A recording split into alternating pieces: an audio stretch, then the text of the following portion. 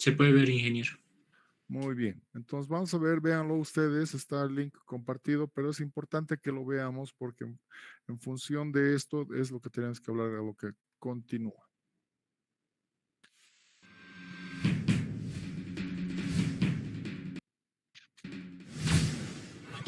Do primeiro computador pessoal à era do cloud computing, a tecnologia não para de se renovar. Com a mesma perfeição da natureza, vivemos ciclos tecnológicos que se sucedem em uma velocidade frenética. Pioneira em cloud computing, a LocalWeb inaugura o maior data center verde da América Latina. Revolucionando o mercado, trazemos para o Brasil o que há de mais moderno em tecnologia sustentável. Um novo campus tecnológico de 55 mil metros quadrados, sendo 35 mil de área verde preservada. Construímos uma super infraestrutura para servidores, ao mesmo tempo em que oferecemos qualidade de vida aos nossos funcionários. Tudo isso para garantir o melhor serviço com os maiores índices de disponibilidade. Por isso, somos líderes em hosting na América Latina, segundo o International Data Corporation. Construído especialmente para a tecnologia de cloud computing, o data center LocalWeb otimiza espaço físico e custos. Concentrando dados e aplicações dentro de um único provedor, o cloud computing aumenta a eficiência operacional e reduz o consumo de energia.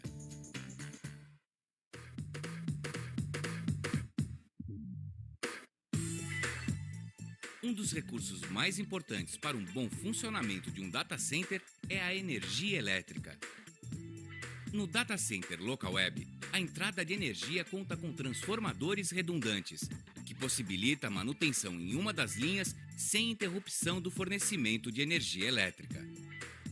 Em caso de interrupção do fornecimento de energia elétrica da concessionária, entra em funcionamento a usina Speed, que em menos de 6 segundos aciona os 5 geradores de 500 kW.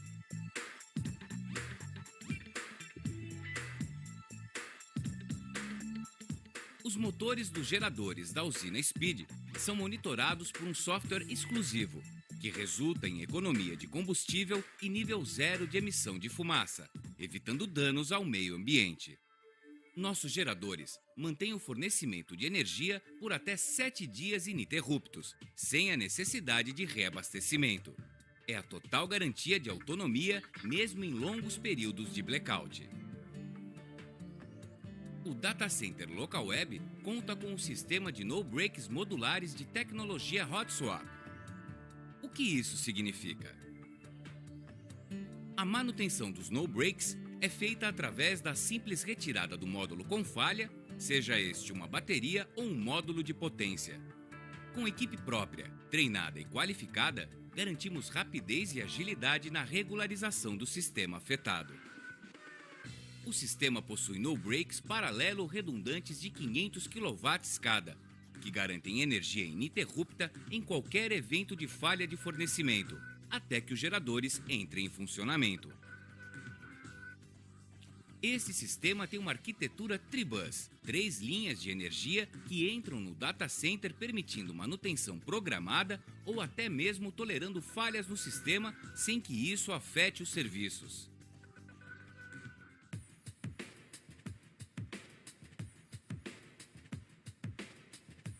O Data Center LocalWeb conta com um avançado sistema de condicionamento do ambiente através da utilização de equipamentos de precisão que garantem a temperatura e umidade nos níveis adequados. O controle e monitoração dos níveis e parâmetros do ar são feitos através de um software que garante perfeito funcionamento do sistema. O ar-condicionado possui redundância total, com no-breaks que impedem a parada do sistema, mesmo em caso de queda de energia. O sistema conta com tecnologia de expansão direta e gás refrigerante AR410, que evita a utilização de água gelada e agentes químicos. Outra iniciativa sustentável adotada foi a tecnologia Free Cooling, que garante alta eficiência energética no sistema. Um sensor inteligente detecta quando o ar externo está com índices de umidade e temperatura desejáveis. A partir daí, o sistema capta o ar para dentro da sala e faz uma mistura controlada com o ar de retorno dos servidores. Desta forma, é possível economizar energia em condições climáticas favoráveis.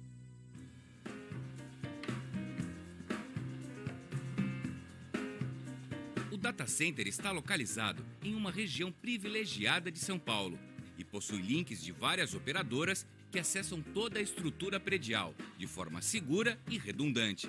O projeto foi concebido de forma modular e escalável, o que permite adaptação às novas tecnologias. A capacidade total deste data center chega a 25 mil servidores. Módulos com capacidade média de 6.500 servidores estão instalados em áreas isoladas de 400 metros quadrados de piso elevado, que comportam 160 racks de servidores cada. Toda a estrutura de cabeamento até os servidores é feita através de fibra ótica, garantindo a melhor performance e flexibilidade. Além disso, todos os servidores possuem duas fontes de energia.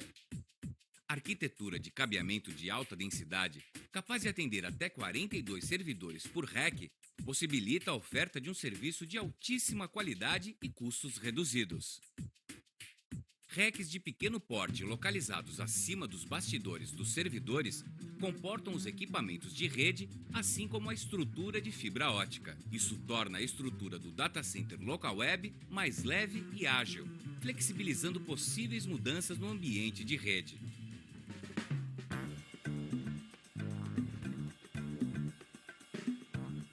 Para garantir a segurança, contamos com um avançado sistema de controle de acesso, com coletores biométricos e digitação de senha com níveis diferenciados, conforme a função e grau de responsabilidade do funcionário. Para monitorar todo o ambiente físico das instalações do data center, utilizamos tecnologia de ponta, com câmeras IP e gravação digital, que asseguram qualidade máxima das imagens capturadas. O Data Center Local Web possui uma tecnologia de detecção e prevenção de incêndios compostas por dois sistemas principais: detectores velocimétricos de fumaça e calor e um sistema inovador de aspiração de partículas de altíssima sensibilidade. Esse sistema utiliza tecnologia laser para fazer uma rápida análise do ar e captar a possível presença de pequenas partículas de fumaça, poeira e gases provenientes do aquecimento de cabos ou de quaisquer equipamentos. Só após o cruzamento das informações desses dois sistemas de detecção é que ocorre o acionamento automático do equipamento de combate a incêndio composto por extintores com gás FM200, capazes de extinguir um evento de incêndio em 10 segundos. O Data Center Local Web possui o certificado SAS-70 e foi construído pensando sempre em oferecer inovação e tecnologia de ponta aos seus clientes. A arquitetura desse ambiente oferece dupla redundância, a redundância da redundância. Data Center Local Web. Segurança, tranquilidade e tecnologia aliados a práticas sustentáveis para oferecer os melhores serviços de internet.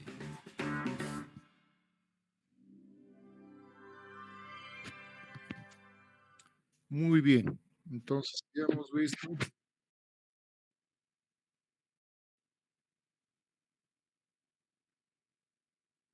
Esto ya no nos interesa de Microsoft.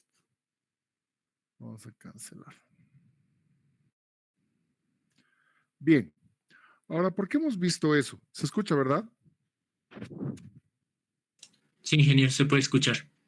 Gracias, gracias. Debe haber redundancia y acople porque está muy fuerte mi micrófono, pero ya. Ahora, ¿por qué hemos visto eso? Porque nosotros hemos visto que específicamente un data center está diseñado bajo estos estrictos parámetros, o sea, tiene que haber todo esto. Pero se han dado cuenta que en LocaWeb esto les resulta chiquito, pero tiene todo. Hay sala de batería, sala eléctrica, telecomunicaciones, donde están los servidores, que son 25,000 servidores, ¿no? Aquí específicamente no sé cuántos servidores tendrán los de hamacas, o sea, los de cotas, pero de que cumplen todas las características que hemos visto, cumplen específicamente. ¿Por qué? Porque para que tú puedas vender tus servicios de hosting, tus servicios de nube, tienes que estar certificado internacionalmente. No puedes simplemente poner tu data center y empezar a vender hosting. No. ¿Cuál es la razón específicamente de hacer eso? Porque cualquier empresa seria que se respete va a tratar siempre de encontrar un servicio que esté certificado a través de los tiers. Los tiers específicamente es el nivel de el tiempo que puede estar en línea tu data center. El más bajito es el tier 1, como podrán ver, que este es básicamente un data center común y normal, pero que sigue todas esas normativas, ¿no? O sea, tiene que tener sala de, sala de eléctricos, sala de baterías, sala de telco, sala de servidores, sala de administrador, todo eso que se han visto, que es el más barato. Que ese no tiene una capacidad anual específicamente del 99.67%, lo cual significa que aproximadamente un día puede estar sin encenderse o puedes hacerle mantenimiento en todo un día. Pero un data center del Tier 4 como el que acabamos de ver en LocaWeb, ese prácticamente nunca se apaga. Nunca se apaga. ¿Por qué? Por la redundancia. ¿Qué es la redundancia? O sea, los espejos o los equipos duplicados que tienes. Entonces, para poder certificarte, tienes que certificarte inicialmente a Tier 1, luego a Tier 2, luego a Tier 3 y luego a Tier 4. Pero como han visto, las nubes o los data centers que son nivel Tier 4 son pues una millonada. Imagínense comprar 25,000 servidores. ¿Alguien ha escuchado específicamente cuántos metros de cables UTP hay en el LocaWeb? Si es que lo han podido entender, claro, pero es que el portugués es muy fácil. Pero a ver, alguien que me diga cuántos metros de cable UTP tiene ese data center LocaWeb. 960,000.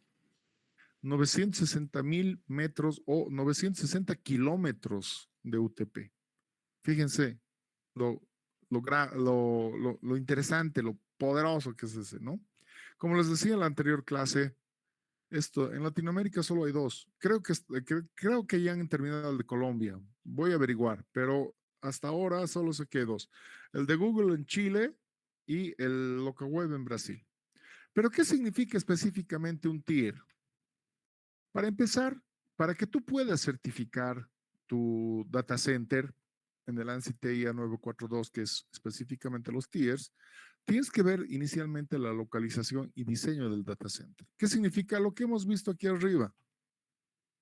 La localización tiene que estar en un lugar donde no pueda sufrir daños. O sea, no importa que tú hagas un tier 4, si se van a inundar, no te van a certificar, ni siquiera como tier 1. ¿No? Entonces tienes que tener una buena localización. Recuerden ustedes, hace un momento lo hemos visto, nos dice LocaWeb específicamente que está en un lugar privilegiado, en donde se está respetando áreas verdes, o sea, no es dañino contra la naturaleza y cosas así. Entonces, lo primero que se van a fijar cuando tú trates de certificar es específicamente la localización, que no haga daño al medio ambiente, que no esté posible inundar, que no esté posible a sufrir terremotos, o sea, tienes que ver la infraestructura para que vea terremotos, que no se incendie y cosas por el estilo. Habrán visto también la infraestructura mecánica, o sea, todo lo que tiene que tener para que yo pueda meter mis dispositivos, todo lo que funciona han visto los motores de generadores eléctricos, cada uno produciendo 500 watts, 500, ¿cómo es? 500 kilowatts específicamente, lo cual va a permitir que el LocaWeb, según esos motores que tiene, funcionen 7 días sin conectarse a su red principal de energía eléctrica. El diseño de infraestructura tecnológica también es algo que se van a ver. La distribución de la fuente eléctrica, o sea, ya han visto que no necesariamente solo tiene que ser una fuente eléctrica, tiene que tener varias. Por eso está la redundancia eléctrica, que es esos motores que te generan energía eléctrica, aparte de los UPS, la distribución del teclado, han visto, o sea, todo está por fibra óptica, o sea, son 3 empresas que se conectan a LocaWeb para brindar el servicio hacia afuera. Ni siquiera son 2, son 3. El Tier 1 es una, el Tier 2 y así sucesivamente va aumentando. La distribución de la conectividad a red de internet, o sea, tiene que estar interconectado todo el tiempo.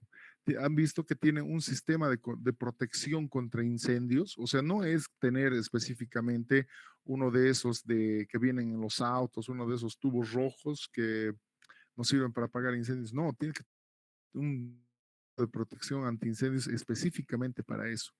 Se han fijado también en la seguridad en términos de software y físico, o sea, tienen biométricos, tienen guardias, tienen cámaras de circuito cerrado, o sea, tiene que tener todo eso. O sea, ¿por qué? Porque tú tienes que poder controlar todo eso desde tu sala de administrador.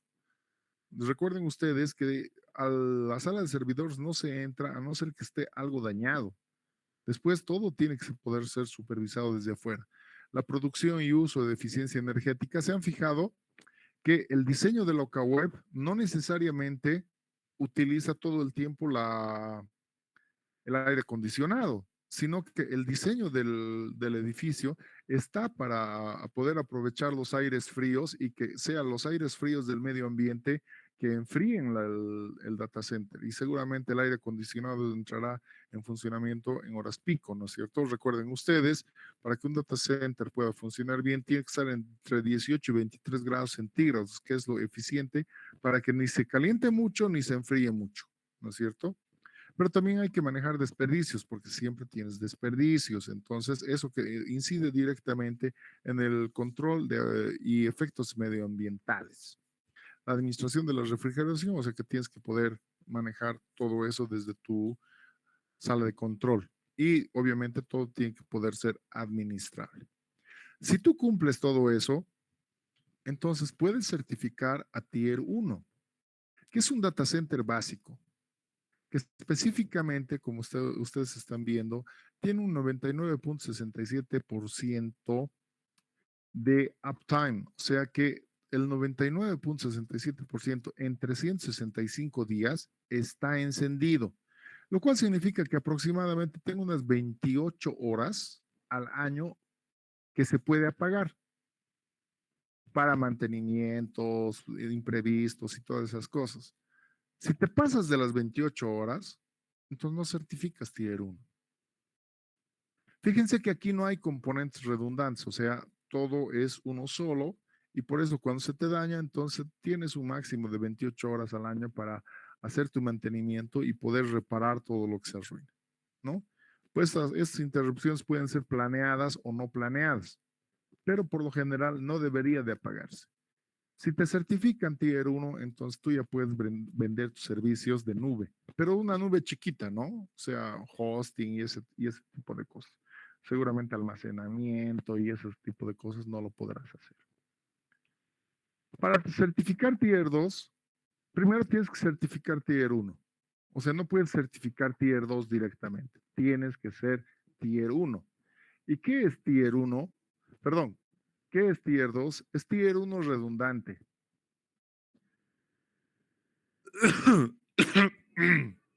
Perdón.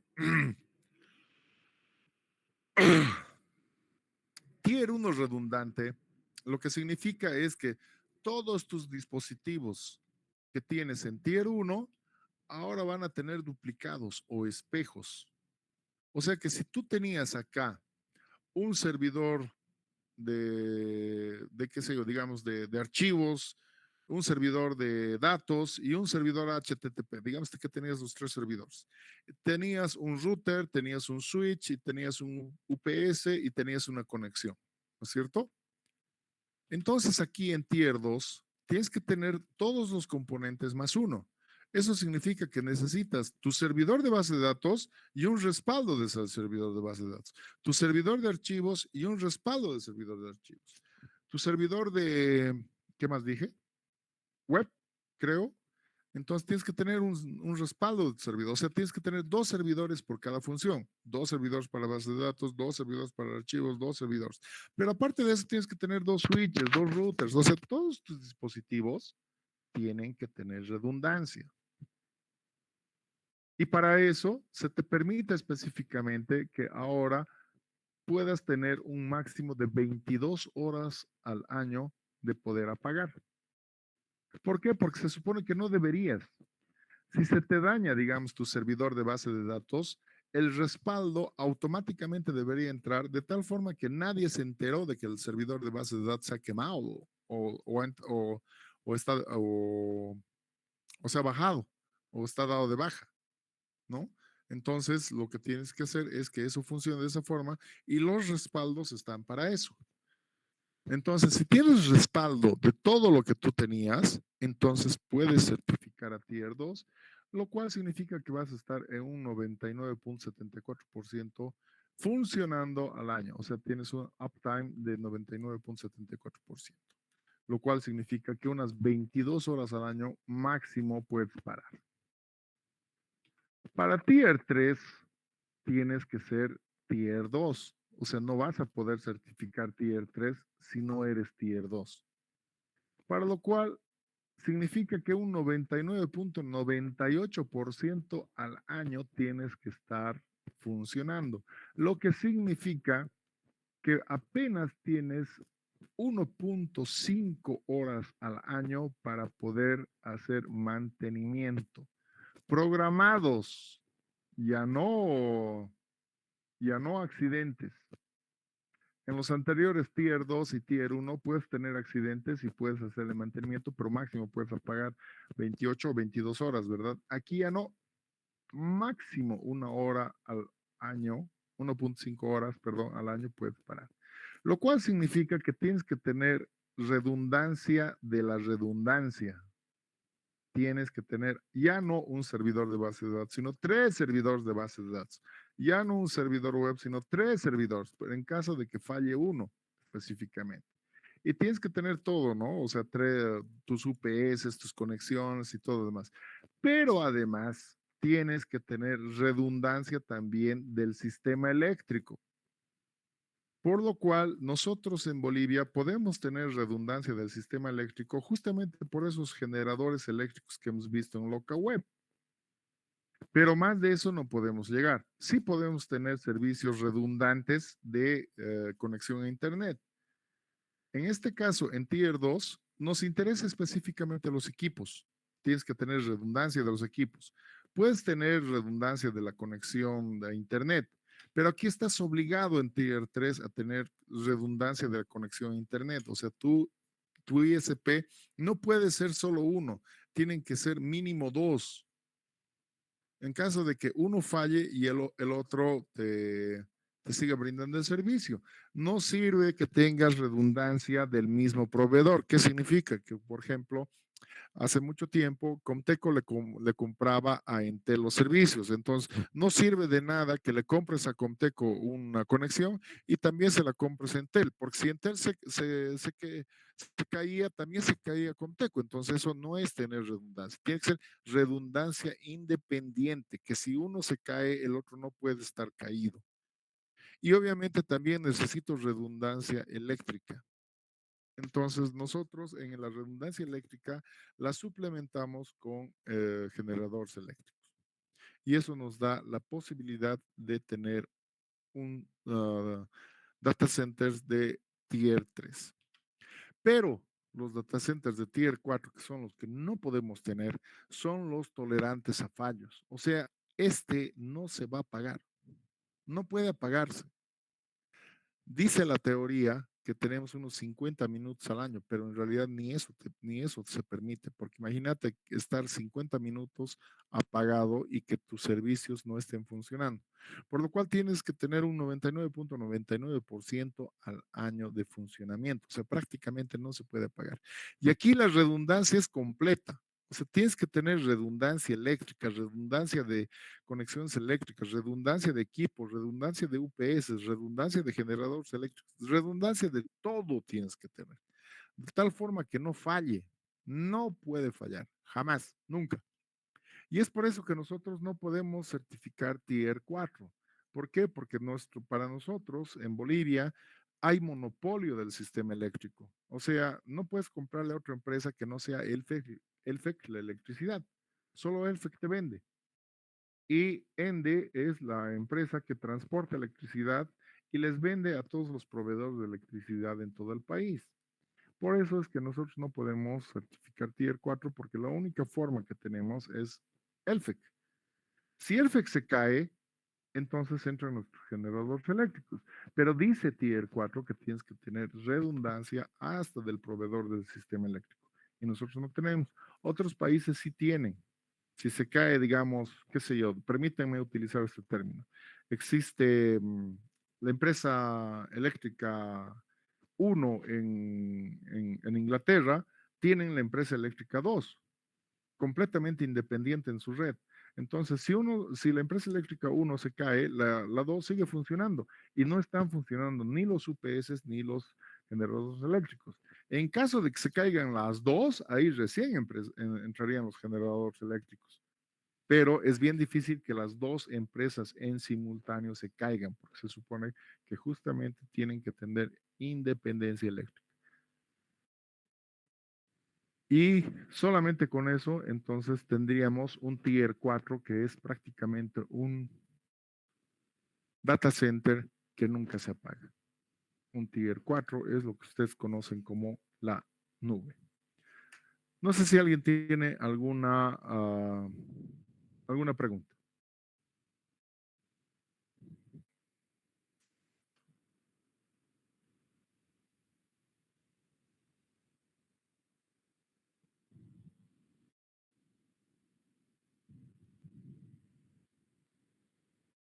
Ninguno. Perfecto. Entonces podemos continuar. Bien, hasta aquí sería entonces el tema de seguridad. No vamos a avanzar más y vamos a empezar la parte de fibra óptica. Espérenme un segundito, por favor. Esto ya no va.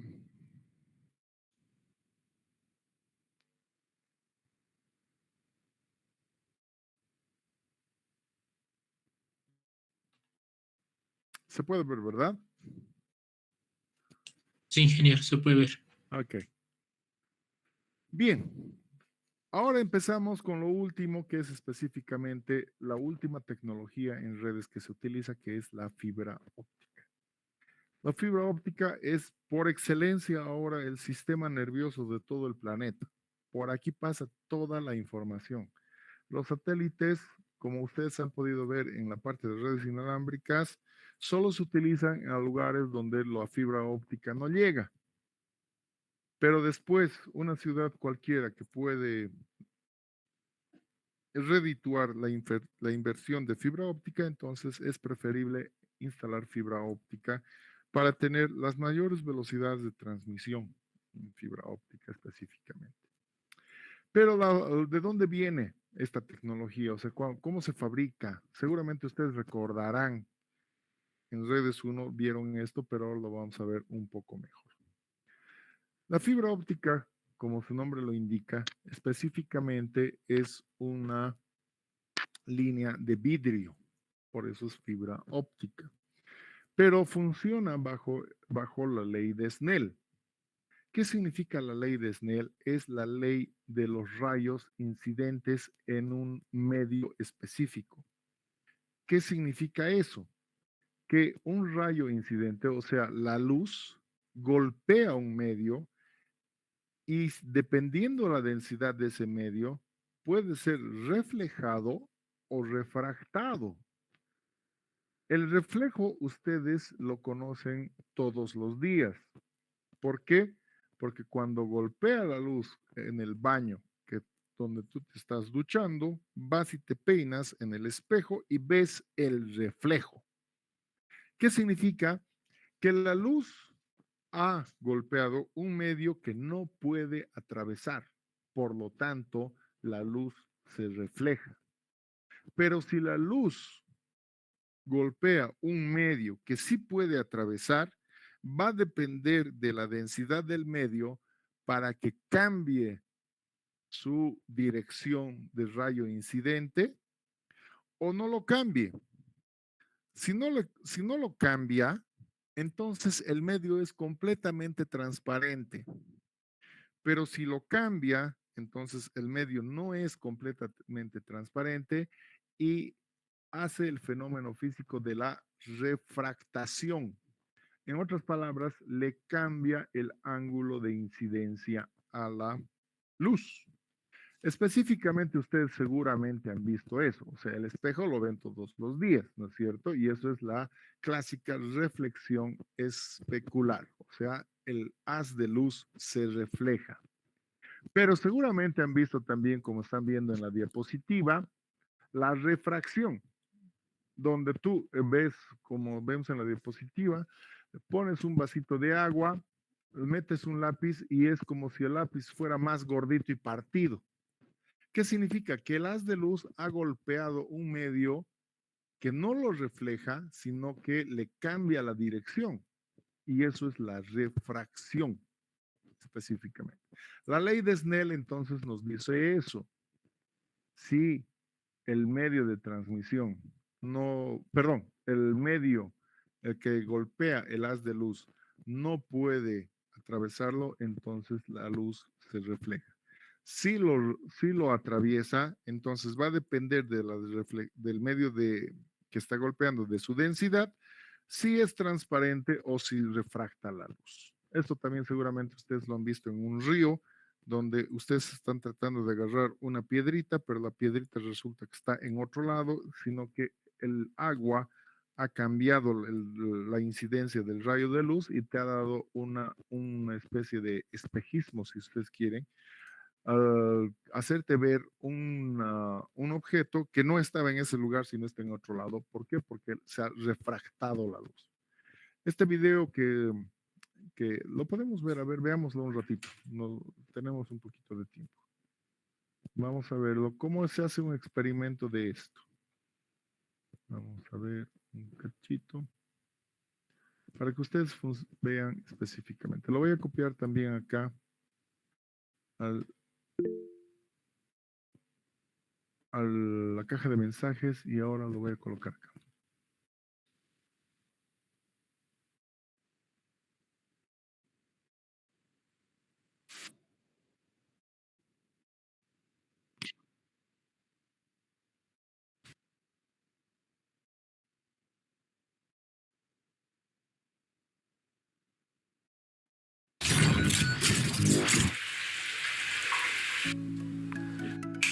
¿Qué pasa, chavales? Hoy os voy a explicar la refracción de la luz y la fibra óptica, que se basa en el principio de refracción de la luz.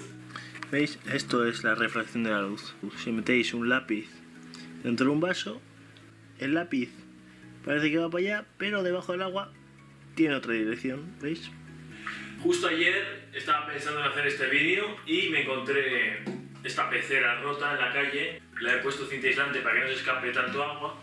Como veis, está cayendo aquí un poco de agua, por eso estoy en el baño. Y con ella voy a intentar explicaros la refracción de la luz. Vamos a llenarlo de agua.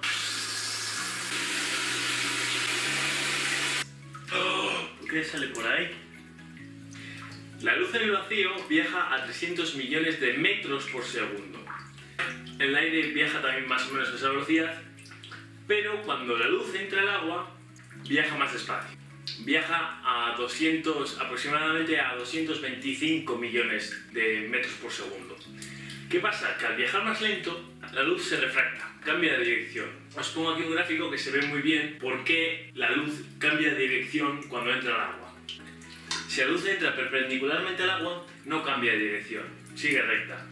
Pero en cuanto le damos un poco de ángulo, varía su dirección hacia abajo. ¿Veis? La luz va hacia allá y luego hacia abajo. Que en realidad la luz no es que vaya más lenta en el agua. Lo que pasa es que va rebotando entre los átomos de agua, entre las moléculas de agua, y hace un recorrido más largo. La luz cambia de dirección cuando pasa de un medio a otro. Como la luz en el agua va a 225 millones de metros por segundo y en el aire va a 300 millones, es ese cambio de medio del aire al agua lo que le hace cambiar de dirección. Por lo tanto, si dividimos la velocidad de la luz en el vacío entre la velocidad de la luz en el agua, nos da un número, que es el índice de refracción, 1,3333. Y cada material tiene su índice de refracción. Tengo aquí el láser, ¿vale? Lo voy a apuntar en esta dirección. Ahora el láser está aquí arriba, ¿no? Cuando toca el agua, ¿vale? Se ve la luz al pasar del aire al agua aquí, pasa de ir así a ir así. Y aquí se vuelve a refractar de agua a aire y pasa de ir así a ir recto para allá, casi recto. ¿Veis? Se está pegando mi mano. Si lo vamos inclinando, la luz va bajando, ¿veis? Y llega un ángulo en el que pasamos el horizonte del agua, ¿veis? Que entra debajo del agua. El punto que tengo en mi mano, que tengo aquí en mi mano, inclinamos tanto que se mete dentro del agua. Y este es el ángulo de refracción total. Es el ángulo en el que no hay nada de luz que salga fuera. Toda la luz se refracta debajo del agua. La superficie del agua hace como un espejo. Toda la luz que va a salir fuera se refleja y va hacia abajo. ¿Veis? Por eso cuando estamos debajo del agua y miramos hacia arriba, vemos un círculo en el que se ve el cielo, que sería el ángulo en el que la luz sale fuera, y fuera de ese círculo se ve oscuro porque lo que estamos viendo es el suelo reflejado en el agua, como si fuera un espejo.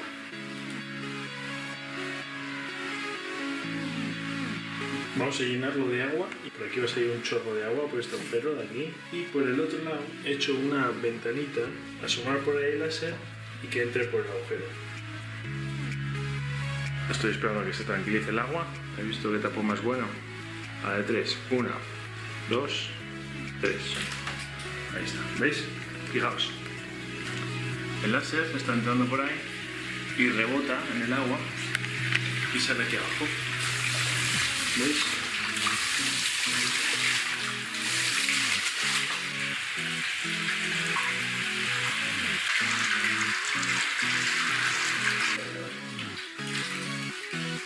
Aquí tengo un cable de fibra óptica. Es vidrio, es un hilito de vidrio muy fino que por fuera tiene un recubrimiento de plástico, que lo que tiene es otro índice de refracción para que no se escape la luz, para que la luz siga rebotando dentro del vidrio. Aquí en la pantalla del ordenador tengo un vídeo psicodélico. Voy a poner la otra punta de la fibra óptica encima de la pantalla para que veáis cómo transmite la luz. ¿Veis?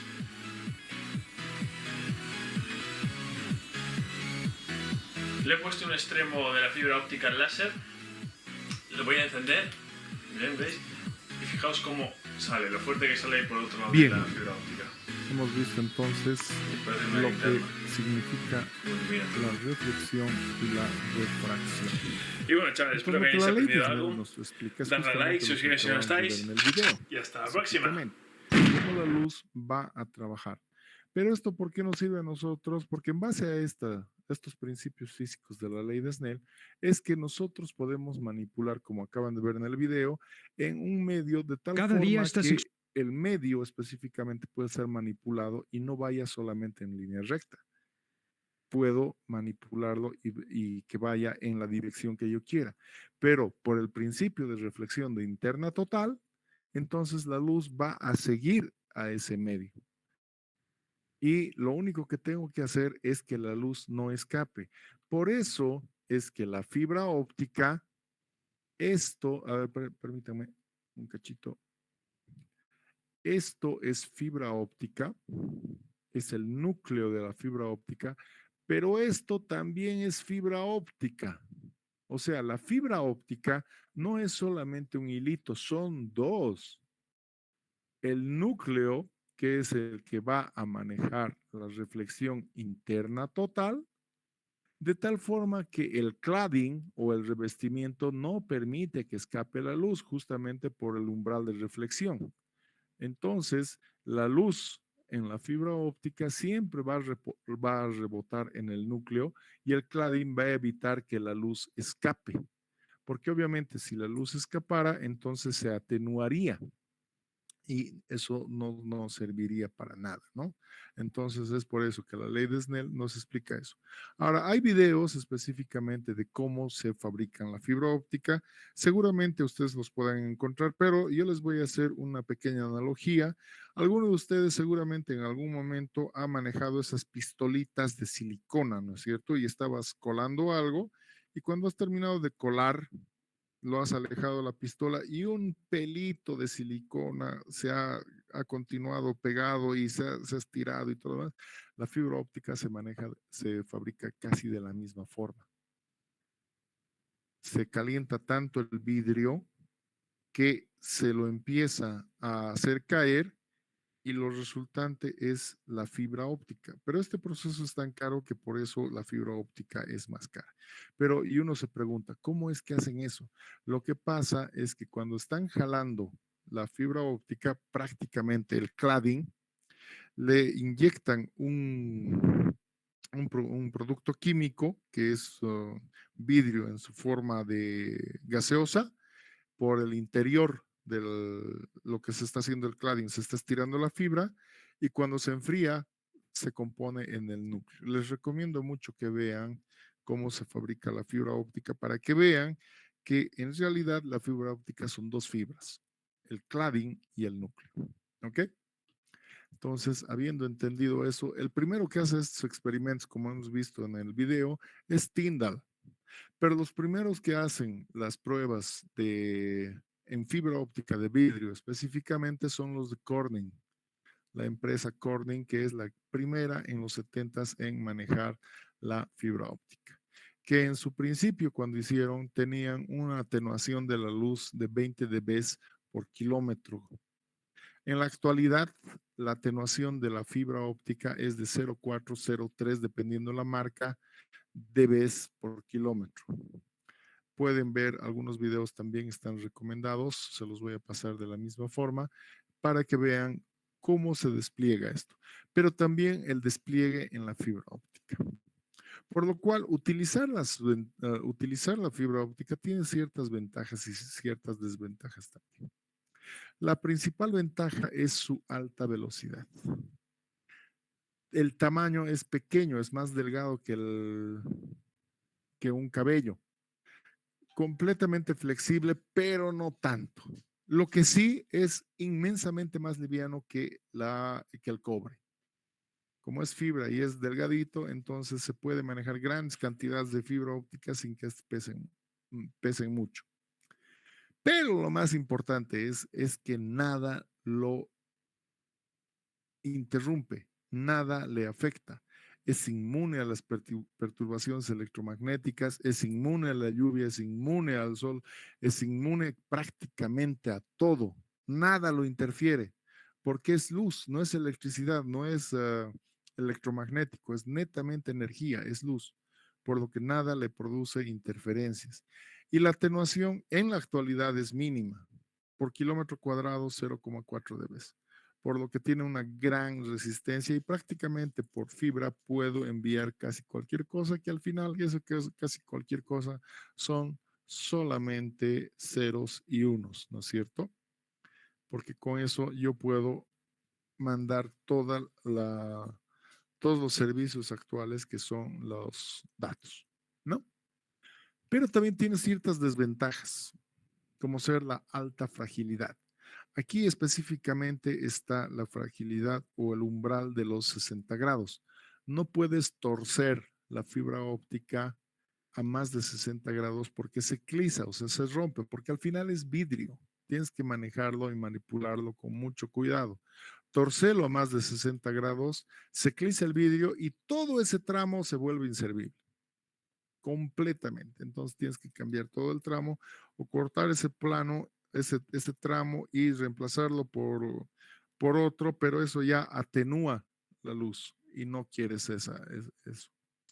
Los transmisores y receptores, básicamente los transceivers, son caros. Todo lo que es fibra óptica es caro. Por ejemplo, ¿alguno de ustedes sabe cuánto cuesta un alicate o una crimpadora, como le dicen, DRJ45?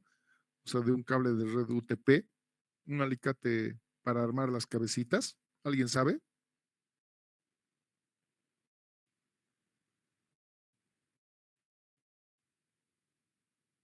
Nadie. Cuesta 80 bolivianos. Dependiendo de la marca, ¿no? Pero uno bueno cuesta 80 bolivianos. ¿Alguien sabe cuánto cuesta una fusionadora de fibra óptica? $3,500 vale. Y hacen exactamente lo mismo, unir un cable a otro. Entonces, todo lo que es fibra es caro. Y de paso, los empalmes son difíciles de realizar.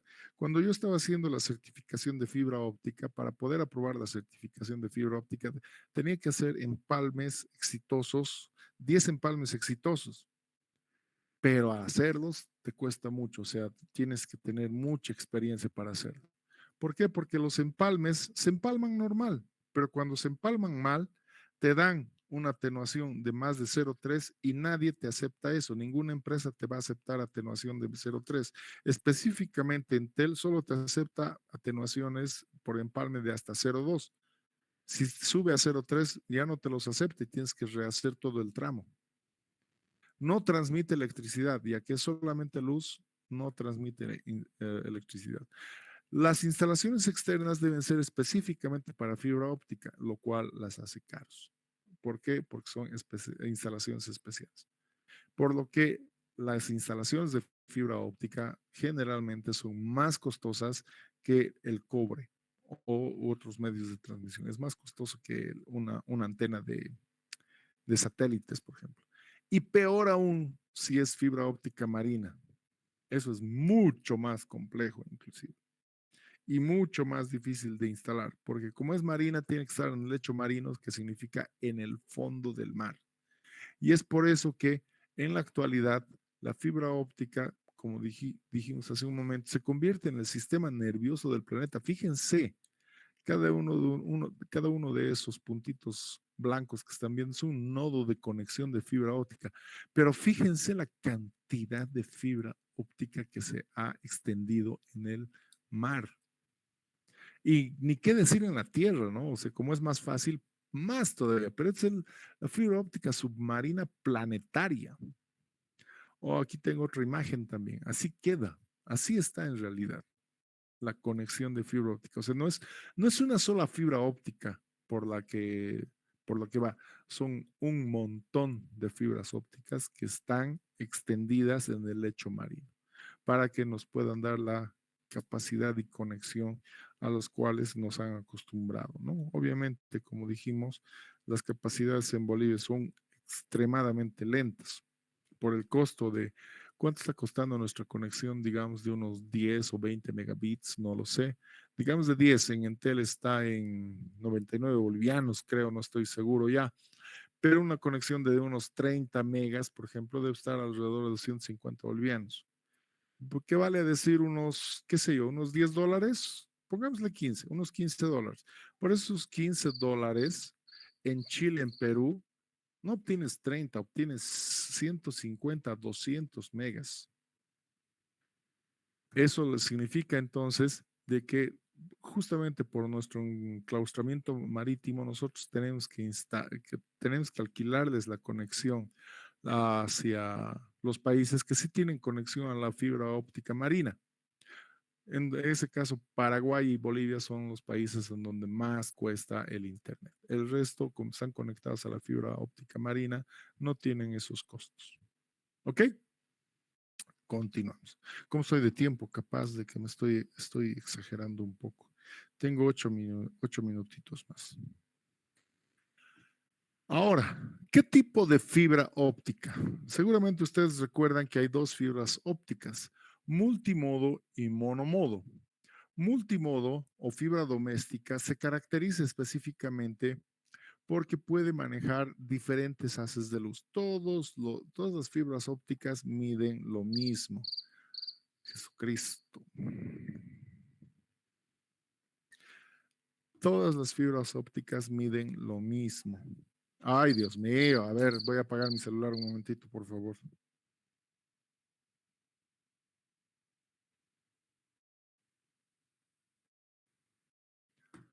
De nada les sirve que les diga que estoy pasando clases virtuales a esta gentuza.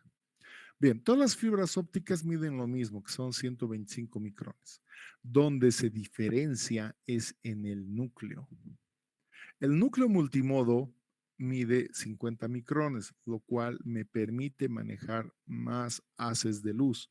Pero con el cladding miden 125 micrones, lo cual uno no nota la diferencia. La diferencia, aunque no me lo crean, está en el color de la fibra. Ya más adelante vamos a ver. Las fibras ópticas multimodo vienen con diferentes tamaños de núcleo, de 62 micrones, de 50 micrones. Pero las fibras monomodo solo miden 9 micrones. Entonces, esto diferencia específicamente a la fibra multimodo de la fibra monomodo. Aquí tenemos algunas distancias y capacidades de transmisión de las fibras multimodo. La fibra monomodo tiene el mismo tamaño, 125 micrones, pero su núcleo es apenas de 9 micrones, por lo cual solamente permite el paso de un haz de luz. La diferencia está, fíjense, en la capacidad de transmisión. La fibra multimodo puede alcanzar velocidades de hasta 500 gigabits por segundo. O sea, es hartísimo.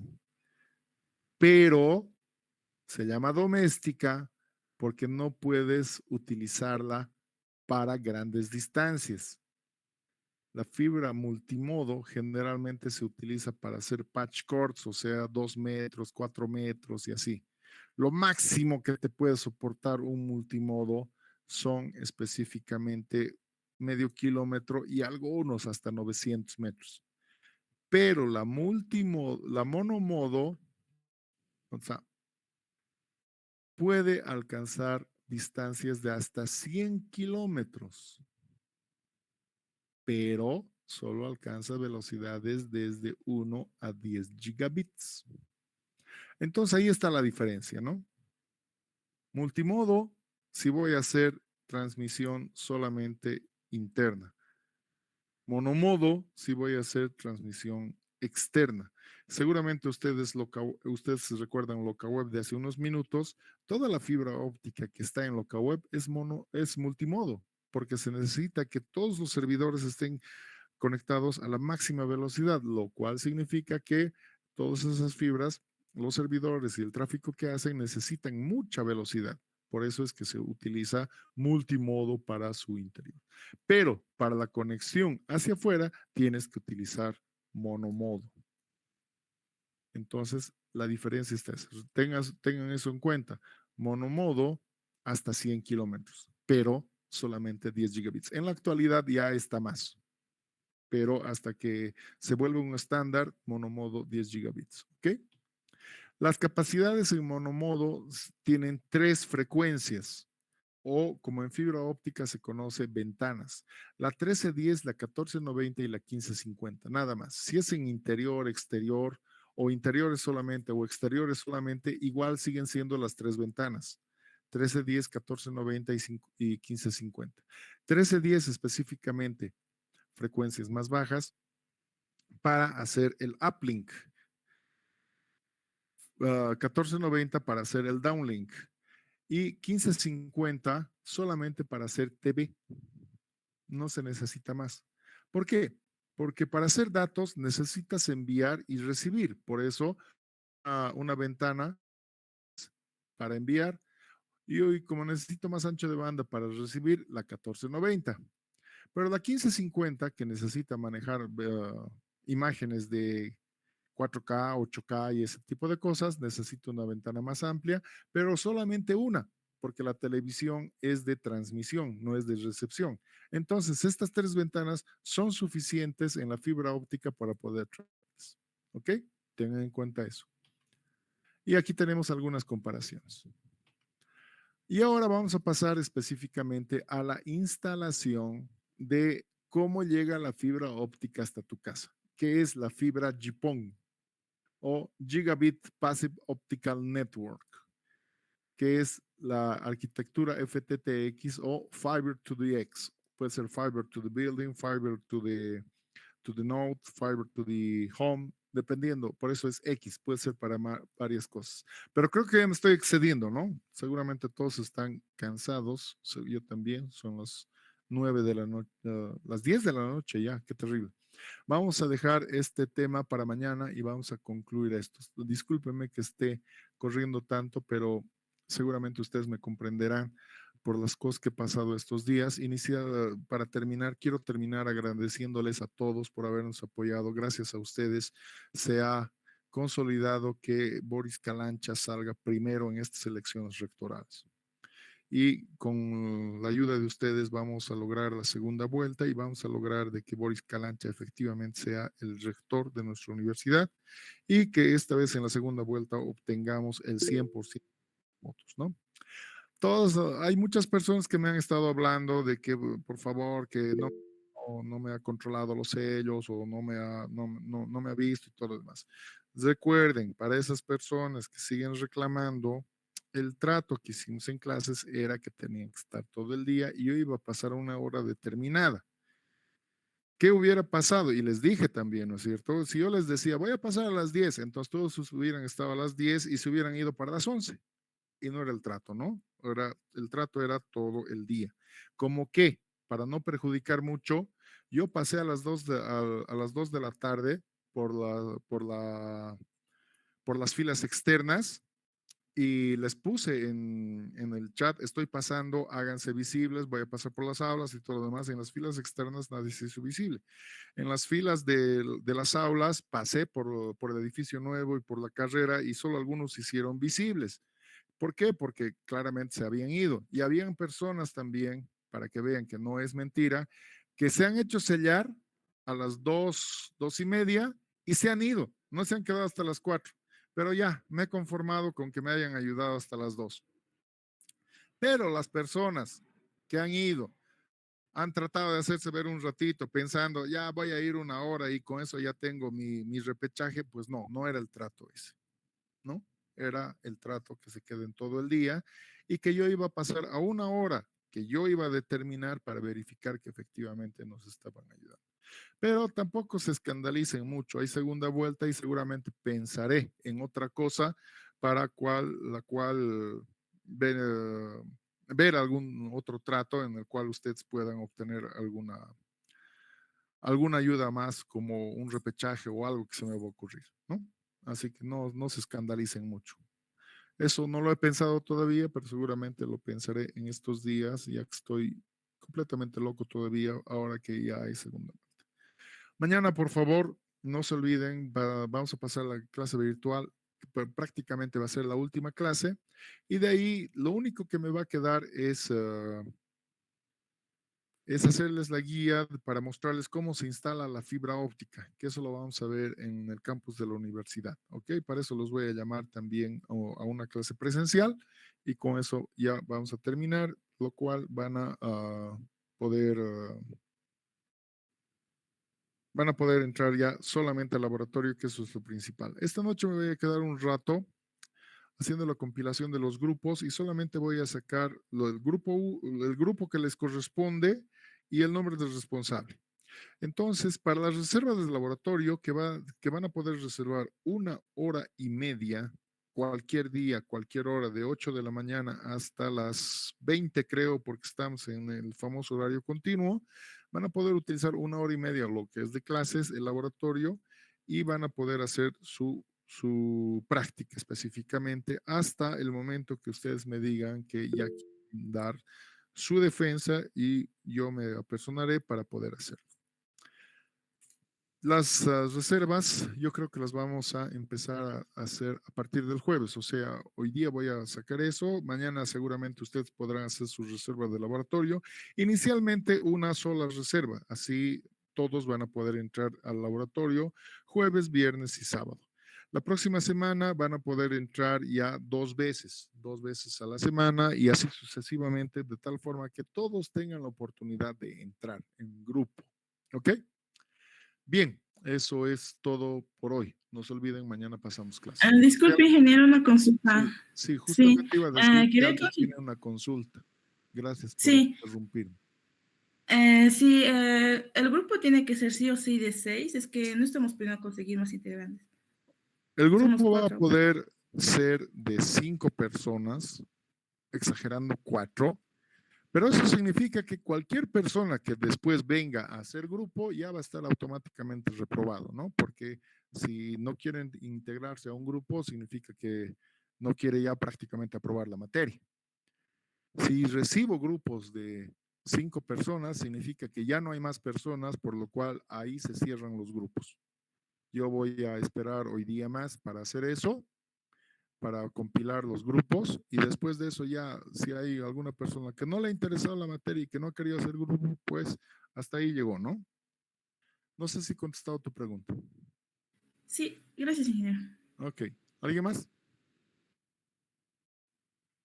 Muy bien, nos vemos mañana. Chau, chau.